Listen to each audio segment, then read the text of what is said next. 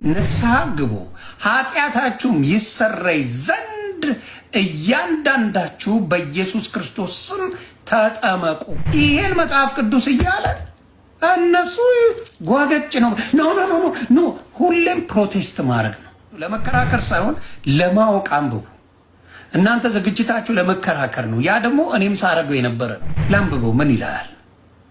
ምዕራፍ 2 ቁጥር 38 ምን ይላል? ራሳችሁ ለመከራከር ሳይሆን ለማወቅ አንብቡ። እናንተ ዝግጅታችሁ ለመከራከር ነው። ያ ደግሞ እኔም ሳረገው የነበረ ነው። ለማስተዋል አይደለም። ምን ይላል? ጴጥሮስም ይላል ንስሐ ግቡ ኃጢአታችሁም ይሰረይ ዘንድ እያንዳንዳችሁ በኢየሱስ ክርስቶስ ስም ተጠመቁ። ኃጢአት የሚሰረየው በኢየሱስ ክርስቶስ ስም ስትጠመቅ። ጥምቀት ኃጢአት እንደሚያሰርይ በኢየሱስ ክርስቶስ መጠመቅ ገስዋል እንደሚያደርግ ይናገራል።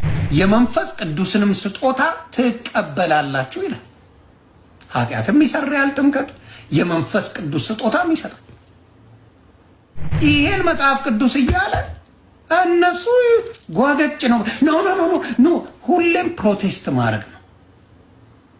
ፕሮቴስት ለምንድን ነው ታዲያ እዚህ ጋር ግርግሩ ብላችሁ ካላችሁ በጌታ በኢየሱስ ክርስቶስ ስም የተጠመቁ ሰዎች ያገኙትን ነገር እንዳናገኝ ነው ግርግሩ። ሐዋርያት ሥራ ምዕራፍ 2 ቁጥር 38 ላይ በጌታ በኢየሱስ ክርስቶስ ስም ተጠመቁ ይላል።